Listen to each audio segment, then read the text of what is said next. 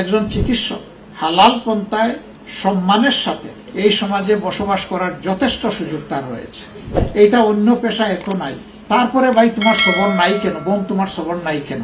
এখন কোম্পানি থেকে তোমার গাড়ি লাগবে, তোমার ফ্ল্যাট লাগবে, বিদেশে যাইতে হইলে তোমার টিকিট লাগবে, স্পন্সর লাগবে, তোমার ছেলের বিদেশে টাকা মাসে মাসে এখান থেকে যোগান দেওয়া লাগবে, এবং সেইটা দিবে একটা মেডিসিন কোম্পানি।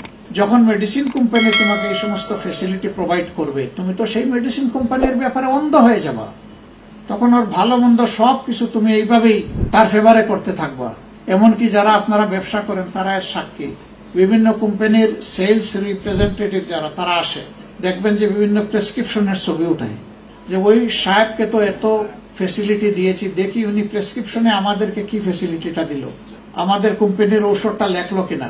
এটা যে কত বড় করাপশন, এটা হায়াত মৌতের একটা ব্যবসা।